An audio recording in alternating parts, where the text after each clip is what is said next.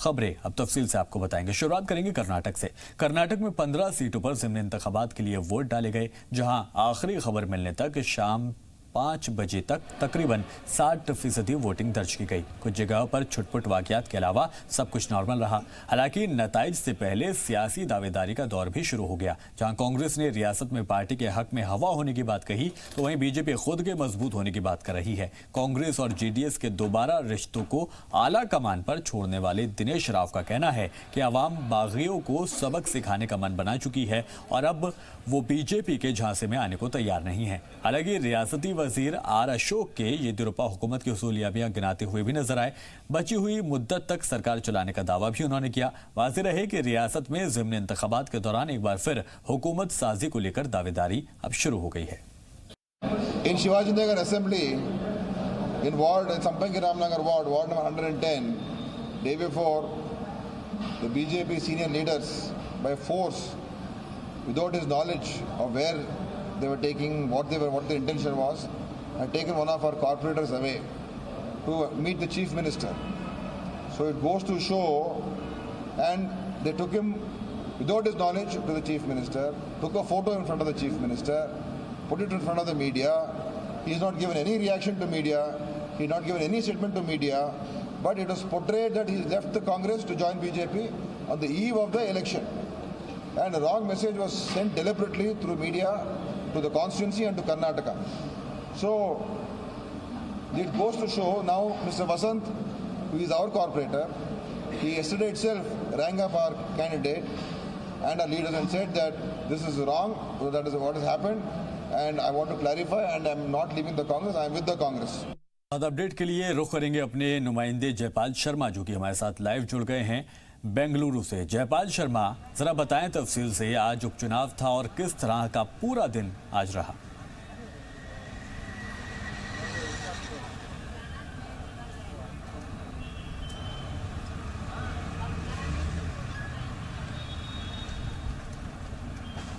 आवाज ही नहीं आ रहा फोन में आवाज ही नहीं। तो कोई तकनीकी खामी की वजह से उन तक हमारी आवाज़ नहीं पहुंच पा रही है। दोबारा जुड़ने की एक बार फिर से कोशिश करेंगे, लेकिन आपको बताते चलें कि कर्नाटक में आज 15 सीटों पर ज़िमनी इंतखाबात हुए, जहां पर आज वोट डाले गए। शाम 5 बजे तक जब तक वोटिंग जारी रही, तो बताया जा रहा है कि तकरीबन 60% वोटिंग जो है वो दर्ज की गई है और एक दो छोटी मोटे वाकयात को अगर छोड़ दिया जाए तो सब कुछ नॉर्मल रहा। हालांकि नताइज से पहले ही सियासी दावेदारी का दौर भी लगातार जारी है, जहां पर कांग्रेस ने कहा है कि रियासत में पार्टी के हक में हवा हो रही है। उन्होंने अपने हक में हवा होने की बात कही, तो वहीं बीजेपी ने खुद को मजबूत होने की बात कही। तो कांग्रेस और जेडीएस के दोबारा रिश्तों को आला कमान पर छोड़ने वाले दिनेश राव ने कहा कि आवाम बागियों को सबक सिखाने का मन बना चुकी है और अब वो बीजेपी के झांसे में आने को बिल्कुल तैयार नहीं है। हालांकि रियासती वजीर आर अशोक ने येदियुरप्पा हुकूमत की उसूलियाबियों को गिनाया। बची हुई मुद्दत तक सरकार चलेगी, इस तरह का दावा भी उन्होंने किया। अब देखना यही होगा कि ज़िमनी इंतखाबात जो हुए हैं आज, उसके बाद किस तरह की तस्वीर जो है निकल कर आती है, क्योंकि इसको कहा जा सकता है येदियुरप्पा का एक टेस्ट, इसको हम कह सकते हैं। और एक बार फिर से जयपाल शर्मा हमारे साथ जुड़ गए हैं। जयपाल शर्मा, जरा तफसील से बताइए कि आज ज़िमनी इंतखाबात का तो दिन जो था, तो किस तरह का दिन रहा?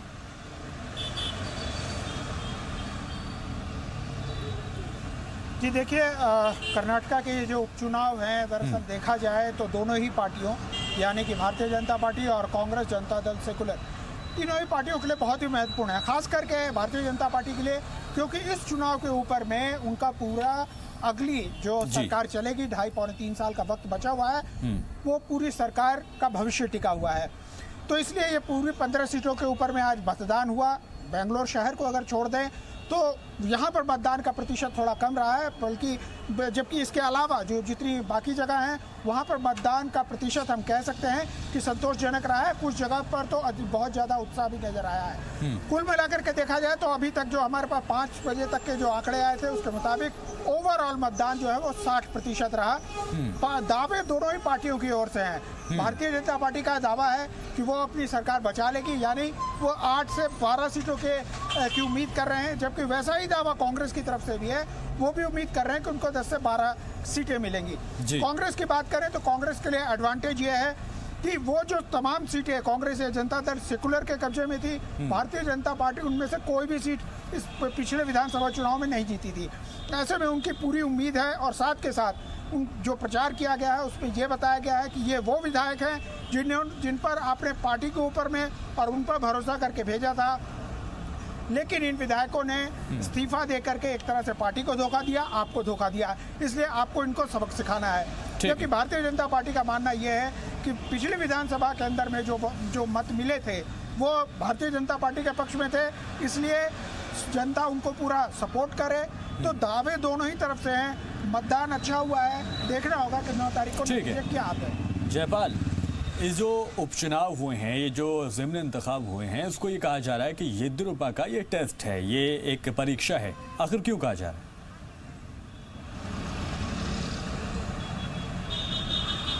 जी देखिए, इसलिए ऐसा है कि जो आपको याद होगा कि जुलाई के महीने में 17 विधायकों ने इस्तीफा दे दिया था और उसके बाद जो विधानसभा के जो सीटों की संख्या है वो जमा 208 रह गई थी। उस वक्त में भारतीय जनता पार्टी के पास 105 विधायक थे, ऐसे में वो बहुमत में आ गई, कुमारस्वामी सरकार को जाना पड़ा था। ठीक है। अब ये जो 17 विधायक हैं इनमें से 15 पे चुनाव हो रहे हैं, इसके बाद जो नतीजे हैं वो 223 पर आके टिकेंगे और मैजिक फिगर जो होगा वो 1-1-3 का होगा।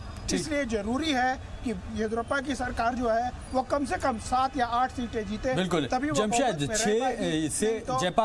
6 से या 8 सीटों के दरमियान का ये आंकड़ा है जो कहा गया है कि बेहद जरूरी है भाजपा का इन सीटों पर जीतना। 6 या 8 सीटें ऐसी बताई जा रही है।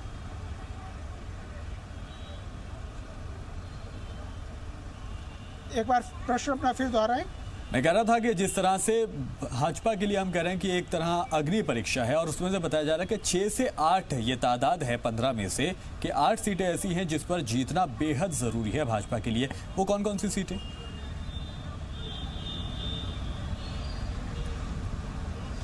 जी देखिए, 15 सीटें हैं। 15 में से कोई भी अगर 8 सीट भारतीय जनता पार्टी जीत पाती है तो अपनी सरकार को बचा लेगी। भारतीय जनता पार्टी के साथ ये है कि पिछले विधानसभा चुनाव में ऐसी कोई भी सीट नहीं थी जो कि भारतीय जनता पार्टी के कब्जे में थी। ये सीटें या तो कांग्रेस के पास थी या जनता दल सेकुलर के पास थी। हालांकि येदियुरप्पा को खुद पे भरोसा है, अपनी पार्टी पे भरोसा है, जनता पे भरोसा है, इसलिए वो दावा कर रहे हैं कि है कई जगह पर जो टक्कर है वो बहुत कांटे की है। इस वक्त फिलहाल कह पाना मुश्किल है कि वो कौन सी सीटें होंगी, लेकिन हाँ, ये 9 तारीख के नतीजे जरूर तय कर देंगे कि जनता ने क्या चाहा है।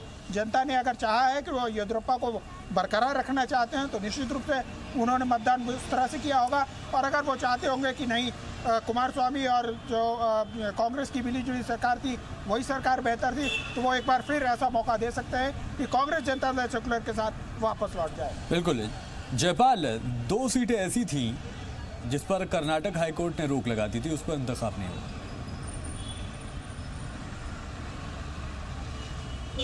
जी देखिए, कुल 17 क्या कहते हैं विधायक थे जिन्होंने इस्तीफा दिया था। इनमें से 15 विधायक जो है वो सीधे सुप्रीम कोर्ट गए थे, जबकि 2 विधायक थे मस्की और बेंगलोर का एक और विधानसभा क्षेत्र, जहां के विधायक जो है वो हाई कोर्ट में गए थे अपील के लिए, और हाई कोर्ट ने उस वक्त ये कह के रोक लगा दी थी कि जब तक इसका नतीजा नहीं आ जाता तब तक वहाँ चुनाव ना कराए। हालांकि बाद में ये दोनों विधायक भी सुप्रीम कोर्ट चले गए, लेकिन तब तक चुनाव आयोग जो है अपनी तरफ से घोषणा कर चुका था, इसलिए ये 2 सीटें जो है इनके ऊपर जो है मतदान जो है उसकी तिथि बाद में तय की जाएगी और उसके बाद वहाँ पर चुनाव कराए जाएंगे। ठीक है। जयपाल शर्मा हमारे नुमाइंदे बेंगलुरु से हमारे साथ जुड़े हुए, तो बहुत शुक्रिया इस तमाम जानकारी के लिए। तो आज ज़िमनी इंतखाबात की 15 सीटों पर मतदान हुआ। हालांकि 17 सीटों पर होना था, लेकिन 2 पर कर्नाटक हाईकोर्ट ने रोक लगा दी थी, लिहाजा 15 सीटों पर मतदान हुआ और 60% तकरीबन वोटिंग हुई है। फिलहाल एक ब्रेक के लिए रुक रहे हैं। कांग्रेस के साबिक सदर राहुल गांधी ने मंदी को लेकर मोदी हुकूमत पर हमला बोला है। अपने पार्लिमानी हलके वायनाड में सहाफियों के एक सवाल के जवाब में राहुल गांधी ने कहा कि जीडीपी आईसीयू में पड़ी है और मरकजी हुकूमत बड़ी बड़ी बातें कर रही है। मुल्क के आम लोग परेशान हैं, लेकिन अब खास लोग भी परेशान हैं। मोदी हुकूमत की तारीफ करने वाले ताजिर भी अब सवाल उन पर उठाने लगे हैं। इस दौरान राहुल ने राहुल बजाज के डर वाले बयान का भी जिक्र किया और सरकार के ऊपर तंज किया। Mr. Amit Shah and Mr. Narendra Modi live in their own imagination. They have no contact with the outside world. Right. They live in their own world, Right. and they fantasize about things. Right. That is why the country is in such trouble. Right. In fact, if Narendra Modi listened to the people of this country, listened to the people of Kerala, listened to the people of the other states, there would be no problem.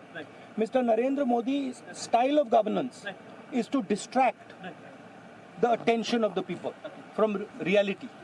Because he lives in an imaginary world. So he wants India to live in an imaginary world. Now that is breaking. That imagination that he had created is breaking. And he's in trouble. Congress के साबिक सदर राहुल गांधी अपने पार्लिमानी हलके वायनाड के 4 रोजा के दौरे पर हैं। इस दौरान मल्लापुरम के एक स्कूली तकरीब में बच्चों तक अपनी बात पहुंचाने के लिए उन्हें किसी ट्रांसलेटर की जरूरत थी। इसके बाद क्या कुछ हुआ, एक रिपोर्ट के जरिए आप सभी समझिए जरा। I'm going to speak in English, but I would like someone to translate into Malayali. So is there a student who would like to translate what I'm saying? जहाँ रहेगा वहीं रोशनी लुटाएगा, चराग का कोई अपना मकान नहीं होता। कुछ ऐसे ही हालात पैदा हुए राहुल गांधी के साथ जब वे स्कूल तकरीब में ट्रांसलेटर की तलाश करने लगे। इस काम के लिए वे किसी तलबा व तालिबात को अपने साथ खड़ा देखना चाहते थे, जिसके लिए उन्होंने कई बच्चों को पूछा भी।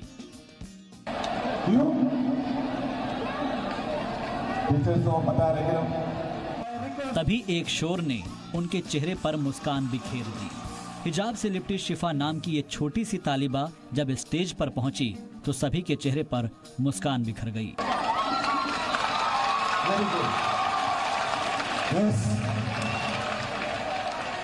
So what is your name? Safa. So thank you to Safa for helping me translate. किसी सियासी ट्रांसलेटर की तरह राहुल की हर बात का मलयालम में ट्रांसलेट कर शिफा ने सभी का दिल जीत लिया। उसकी हर बात पर लगातार तालियां बजती रही। Now I'll start with a couple of things. ഇപ്പോ ഞാൻ ഇവിടെ കുറച്ച് കാര്യങ്ങൾ വെച്ചിട്ടാണ് തുടങ്ങാൻ പോകുന്നത്. I think it's very important that the state government and the national government provide support to schools like this, provide infrastructure to our students and our teachers. इस मौके पर राहुल गांधी ने तालीम को लेकर काफी संजीदगी दिखाई और खुद को तालीमी तकरीब में बुलाने का शुक्रिया अदा किया। इस दौरान उन्होंने शिफा को खास तौर पर थैंक्स कहा, जिसने राहुल की उम्मीदों पर 100% खरा उतरकर सबको चौंका दिया। And as your MP, I will continue to raise this in Parliament. നിങ്ങളുടെ MP എന്നുള്ള നിലയ്ക്ക് ഞാൻ ഈ കാര്യം തീർച്ചയായും പാർലമെന്റിൽ ഉന്നയിക്കും.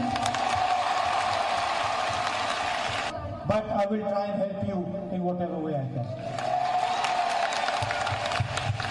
For doing such an exceptional job for this country and for our future.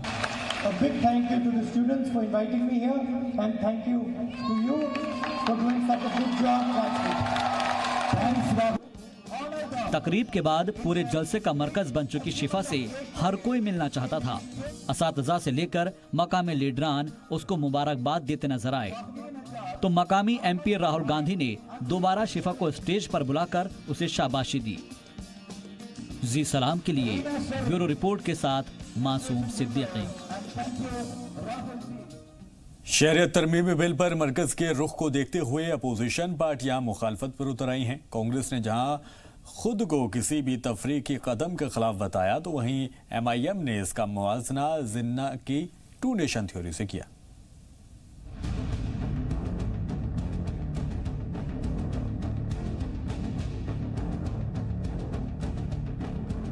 NRC पर हो रही किरकिरी के बीच मरकजी हुकूमत शहरियत तरमीमी बिल लाने जा रही है। मुल्क की हिफाजत के लिए जरूरी बताते हुए हुकूमत इसे पीर को लोकसभा में पेश कर सकती है। इस बिल के कानून बन जाने के बाद अफगानिस्तान, बांग्लादेश और पाकिस्तान के सभी गैर मुस्लिम पनाह गुज़ीरों को हिंदुस्तानी शहरियत मिल जाएगी। हुकूमत के इस कदम की कई अपोजिशन जमातें मुखालफत कर रही हैं। Congress party is against any form of discrimination against anybody in this country. Yeah. So anybody who discriminates against anybody who's Indian, we are against them. That is our line. We believe that India belongs to everybody, all communities, all religions, all cultures. इस दौरान ओवैसी ने खबरदार किया कि जो bill pass किया जा रहा है वो बेहद खतरनाक साबित हो सकता है। इसके आगे ओवैसी ने कहा कि मुसलमानों के अलावा जो किसी मजहब में यकीन नहीं रखता हो उनका क्या होगा, जबकि बसपा सुप्रीमो ने इसे जल्दबाजी में उठाया जा रहा गैर आईनी कदम करार दिया।